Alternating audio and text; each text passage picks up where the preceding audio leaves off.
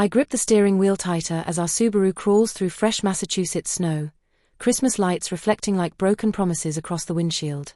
Next to me, Derek reaches over and squeezes my hand, his construction worker's grip steady against my trembling fingers. "You okay?" he asks quietly. "Fine," I lie, watching the wipers battle against the gentle snowfall. We both know what awaits us at my parents' pristine Tudor home, with its perfect symmetrical wreaths and coordinated outdoor lighting that probably cost more than our heating bill. In the back seat, Lily and Connor clutch their homemade offerings, gingerbread cookies wrapped in simple tissue paper, decorated with red velvet ribbons the children made themselves. Connor bounces his legs against the seat, his small fingers tracing the edges of the hand-colored Christmas cards they spent hours creating at our kitchen table last weekend. "Remember what we talked about?" I remind them gently as we pull into my parents' long driveway, the one that always makes me feel like I'm approaching a museum rather than a home. Christmas isn't about expensive gifts. It's about being together. Lily nods solemnly, her 9-year-old face carrying a wisdom beyond her years.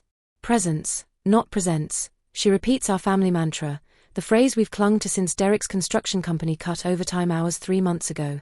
My throat tightens as we unload from the car.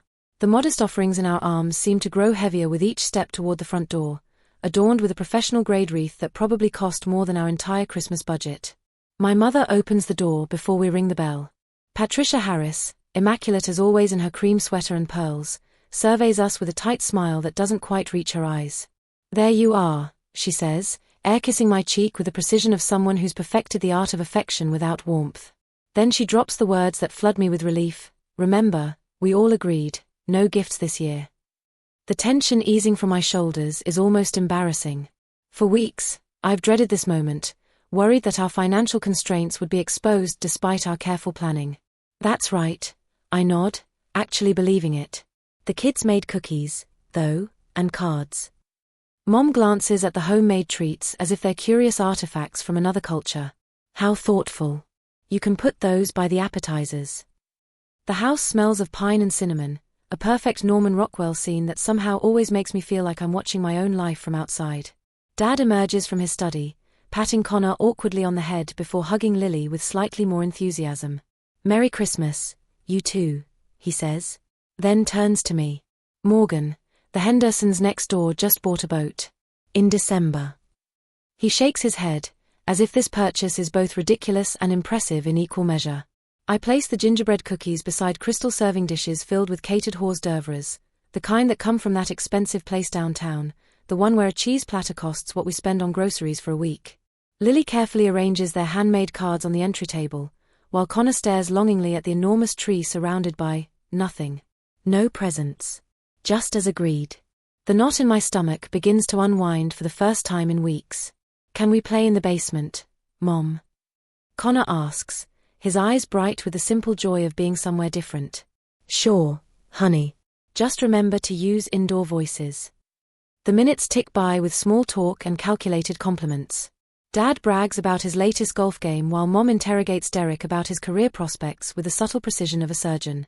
I answer questions about the children's school performances while stealing glances at the clock, counting down the hours until we can leave with our dignity intact. 20 minutes later, the front door bursts open without a knock. My younger sister Vanessa sweeps in like a winter storm, her husband Brad following with arms laden with glossy shopping bags and professionally wrapped boxes. Their teenage sons trail behind, faces already illuminated by the screens of brand new phones, the latest model, the kind I've told Connor he can't have until high school. "We're here," Vanessa announces, as if her arrival completes the gathering. She shrugs off a coat that costs more than our monthly mortgage payment. Mom claps her hands together like an excited child. "You've arrived. Let's open gifts." The words strike me like a physical blow. I glance at Derek, whose jaw tightens almost imperceptibly, that tell he has when he's trying not to lose his temper. Our children emerge from the basement, confusion etched across their faces as they watch their cousins deposit an avalanche of presents beneath the tree. "I thought we agreed no gifts," I say quietly to Mom as Vanessa directs her sons to organize the packages by recipient. Dad sighs dramatically, as if I've just brought up something tedious. "Don't start, Morgan. You always take things too seriously." Vanessa shoots me a smirk while adjusting her cashmere sweater. "Relax, it's Christmas. We just did what we could." Don't be dramatic. My children stand frozen at the edge of the room, watching as their cousins tear through wrapping paper with the enthusiasm of people who've never known want. Apple Watches emerge from boxes. A gaming laptop that Dad offhandedly mentions cost $2,800, but worth every penny for education. Disney World tickets presented with theatrical flair, complete with a countdown calendar. Lily clutches her handmade card tighter, the paper crinkling beneath her fingers. The pride that had brightened her eyes earlier dims like a bulb losing power. Connor inches closer to me, his small hand slipping into mine. His palm is sweaty, the way it gets when he's anxious. As the chaos of expensive gifts unfolds, memories flood my mind, sharp, precise recollections of a pattern established long ago. Age 14, giving up summer camp so Vanessa could attend cheerleading nationals. "You're so practical, Morgan," Mom had praised, the words carrying an unspoken voice I'd been paying ever since. Age 23, co-signing Vanessa's first apartment lease when she had no credit. "You're so responsible," they'd said, as if responsibility was a consolation prize for being less loved. Age 28, having a modest wedding at the community hall because your sister might get engaged soon, and we shouldn't overshadow her moment. Vanessa got engaged 2 years later with a destination wedding in Hawaii that cost more than our entire ceremony. I watch my children's expressions fall as their cousins boast about their extravagant gifts, and something inside me shifts, not with the heat of anger, but with the clarity of ice water. "We're heading home early," I announce softly, already moving to help my children into their coats. "The kids have homework to finish before school starts." "But we haven't even had dinner," Mom protests, looking genuinely surprised that we wouldn't stay to witness more of our exclusion. "You can enjoy our cookies. Merry Christmas." My voice comes out steady, unfamiliar even to myself. I'm not yelling, not apologizing, not explaining. The freedom of this small rebellion tastes sweet on my tongue. In the car, with snowflakes dancing in our headlights, Connor's small voice breaks the silence. "Are we poor, Mom?" I meet Derek's eyes in the rearview mirror, a lifetime of understanding passing between us in that single glance. "No, honey," I answer, reaching back to squeeze his knee. "We just believe some things are worth more than stuff." As we drive away from the house that never felt like home, I realize that the weight I've carried for years isn't obligation or responsibility. It's the burden of allowing myself to be diminished. And for the first time in my adult life, I feel it beginning to lift. I lie awake beside Derek, watching moonlight trace patterns across our bedroom ceiling. The house stands quiet, our children asleep in their rooms down the hall, but my mind roars with hurricane force.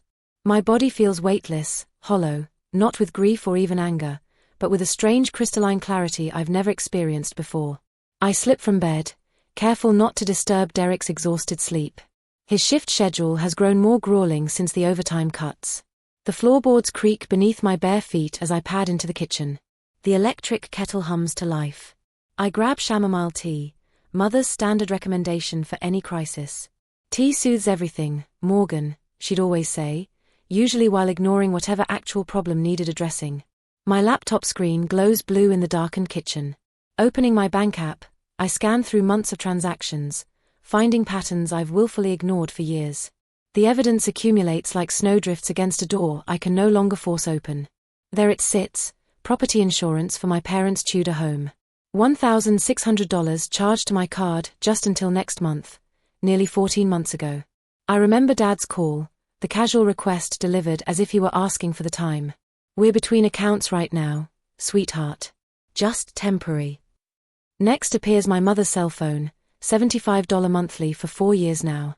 "Just until we figure out a better plan," she'd promised. 4 years of figuring, apparently. Then Vanessa's emergency dental bill from September, $1,400 transferred directly to her account within an hour of her tearful call. 3 weeks later, her Instagram flooded with beach photos from Aruba, her perfect teeth gleaming in every selfie. The tally grows as I scroll, each charge a small cut that bled me without notice: shared subscriptions, membership fees, unexpected expenses that somehow became my responsibility. I open a new spreadsheet and title it simply, Reclaiming. Column by column, I document every service, every dollar, every broken promise. With each entry, my breathing steadies. Netflix Family Plan, $22.99 per month, shared with parents and Vanessa.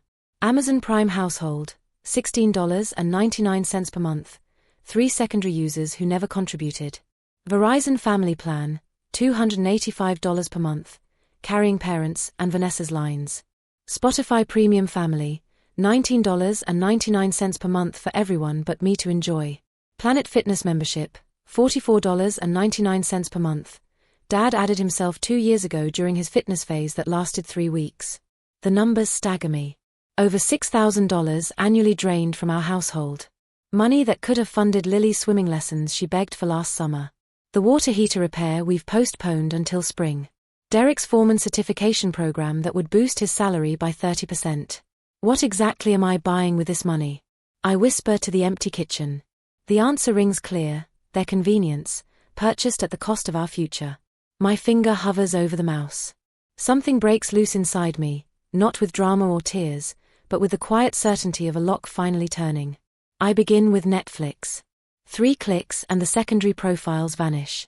Amazon requires more time, removing authorized users one by one.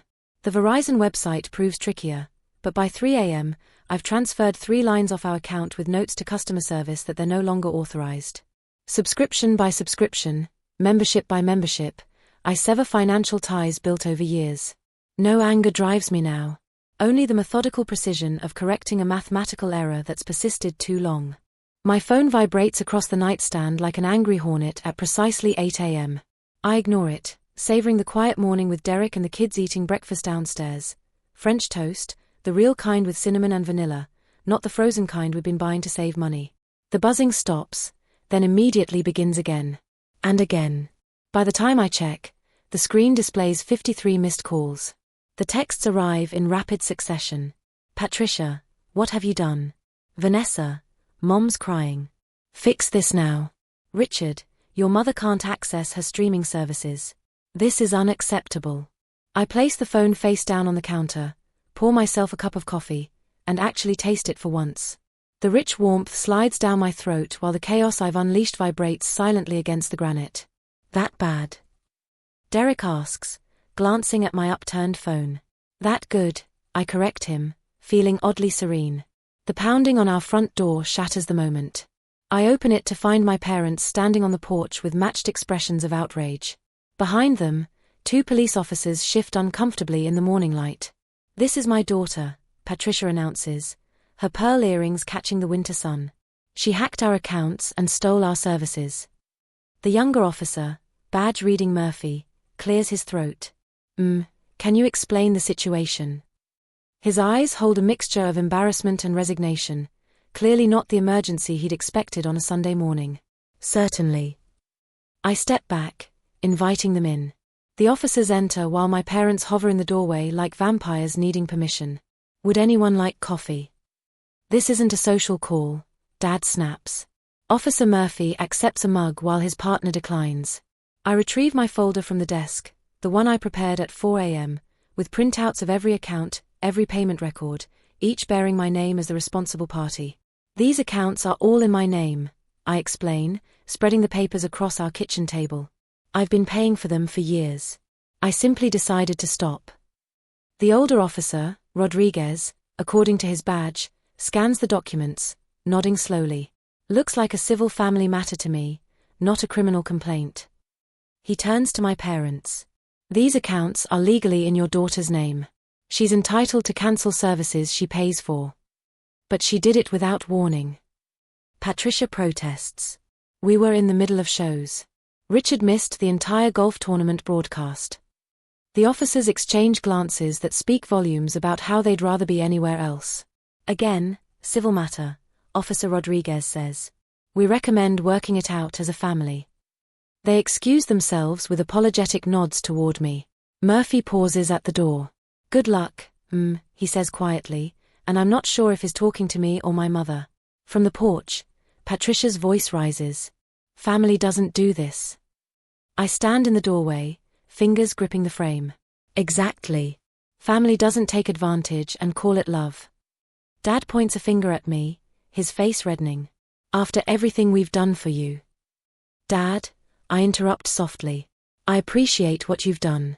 But that doesn't mean I owe you unlimited financial support forever.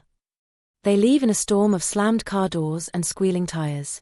Inside, Lily and Connor peer from behind the staircase, their faces pale. Why were the police here? Lily asks, her voice small. I crouch to their level, meeting their eyes. Grandma and Grandpa were upset about something grown up. The police just explained that everything is fine. Are we in trouble? Connor whispers. No, honey. Sometimes adults disagree about things, and they need to work it out. By afternoon, the family group chat lights up like fireworks on the 4th of July. Patricia, we're heartbroken. This is not how we raised her. Vanessa, can't believe my own sister ruined Christmas and left us without phones. Can't make this stuff up. Uncle George, what's going on with Morgan? I begin typing a response, then pause when an unexpected message appears from Aunt Linda, my father's sister who divorced into the family but stayed close. Linda, good for you, Morgan. I did the same thing last year with my brother. Had to stop the financial bleeding. A thumbs-up reaction comes from my cousin Amy, who I haven't spoken to in months. Within an hour, both Patricia and Vanessa have left the chat. When the phone finally falls silent around dinner time, the house seems to expand around me. Space to breathe. Room to think. For the first time in years, my shoulders drop from their permanent position near my ears.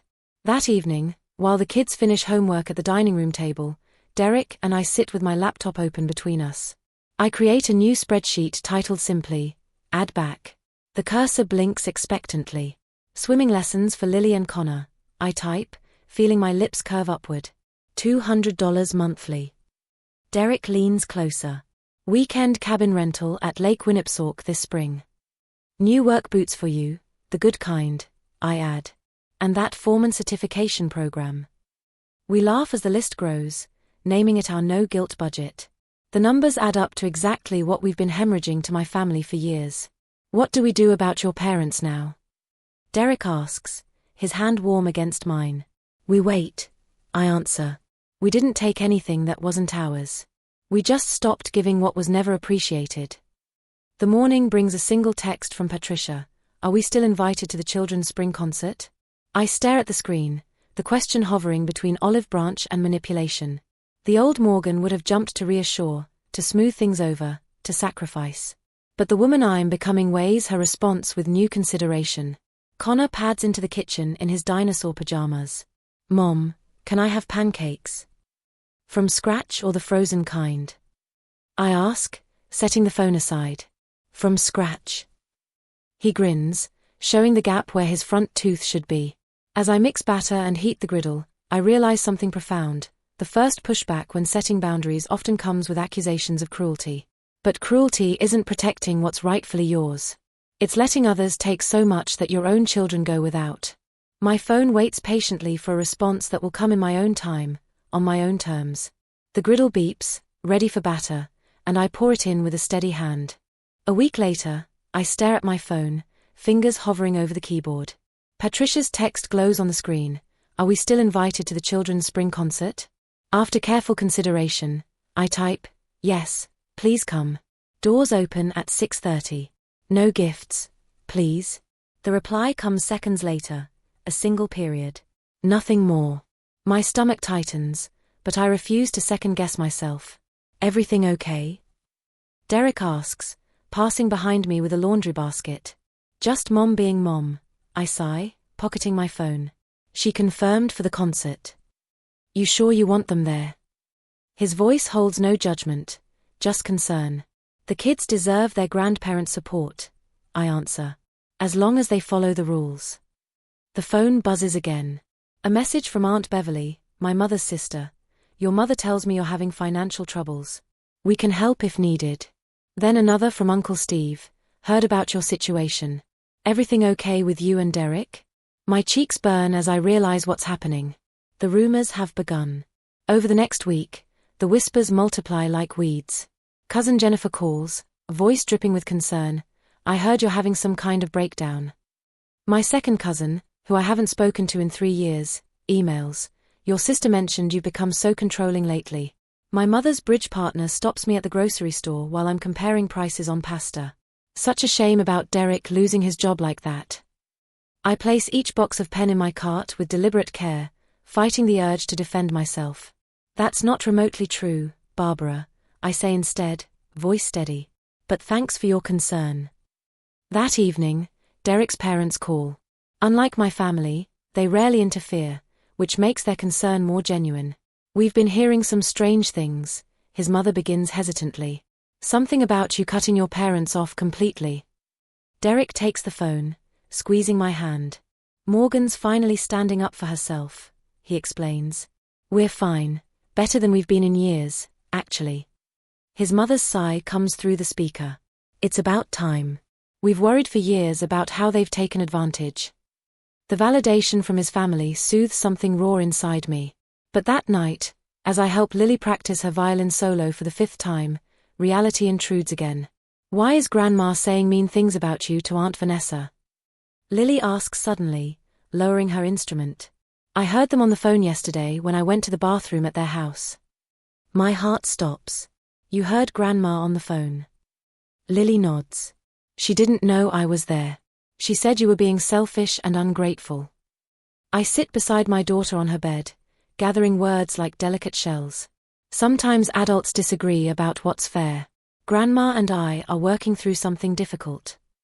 Lily's eyes, so much like mine, search my face. Is it because we didn't get big presents like Cousin Brandon? The question pierces me. No, sweetheart. I brush hair from her forehead. It's because adults need boundaries too, just like you need rules at school. What's a boundary? She asks. Remember when that boy Mason kept taking your art supplies without asking? She nods vigorously. Mrs. Henderson made him stop. That's a boundary. Exactly. Sometimes we need to tell people to stop taking things, even grown-ups. Understanding dawns on her face. Did Grandma take your things? Something like that, I answer carefully. But we're figuring it out. The spring concert arrives with the promise of warmer days. Daffodils bloom in our front yard as families stream into the elementary school auditorium. Lily clutches her violin with nervous fingers while Connor bounces on his toes, scanning the growing crowd. There's Brandon. He points toward the entrance where my sister's family has just arrived. Vanessa waves theatrically, her smile not quite reaching her eyes. But no sign of my parents. As the children take their places backstage, I squeeze Lily's shoulder. You'll do great. Deep breaths. The lights dim precisely at 7.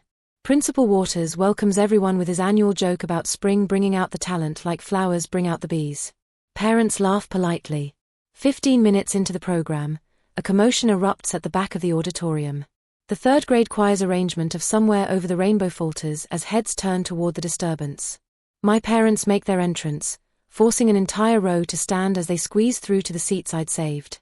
Patricia's pearl necklace catches the stage lights while Richard mumbles half-hearted apologies to those they disturb. My stomach drops when I notice the gift bags clutched in Vanessa's hands. Of course. Of course they couldn't follow one simple rule. When Lily's orchestra performs, her solo rings clear and true, filling the auditorium with the opening notes of Canon in D. Pride swells in my chest, temporarily displacing the dread of what's to come. After the final bow, families gather in the cafeteria for punch and cookies. I'm helping Mrs. Peterson arrange the refreshment table when I see Vanessa approaching Lily and Connor with wrapped packages. We brought something special for our little performers, she announces, her voice pitched to carry. I intercept her, stepping between my children and the gifts. We said no gifts, Vanessa. Please respect that. They're just little tokens, she insists, loud enough for nearby parents to hear. Don't be so controlling. No means no, I say firmly but quietly. We can visit next weekend if you'd like to spend time with them instead. Vanessa's face contorts. This is ridiculous, she hisses. You're punishing the children because you're angry at us. Several parents turn to watch, conversations dying around us. My palms sweat, but I stand my ground. The children are doing wonderfully. They know they're loved without expensive gifts. Vanessa stares at me for a long moment, then storms out dramatically, gift bag still clutched in her manicured hands. Dad follows reluctantly, shooting me a glare that would have crushed me just weeks ago. Patricia lingers, clearly torn. She watches Lily helping a kindergartner reach the cookie tray, Connor showing his concert program to a classmate. They worked so hard, she whispers, her voice smaller than I've ever heard it. Yes, they did, I agree. That's worth more than any gift. She hesitates, then touches my arm briefly before following my father. The gesture isn't exactly surrender, but it's something close to recognition. 6 months later, summer sunshine warms my shoulders as I kneel beside Lily in our backyard garden. Her small hands pat soil around a tomato seedling with surprising gentleness. The scent of fresh earth fills my lungs, simple and honest. Careful with that one, I guide her fingers. The stems are fragile. Our house feels different now.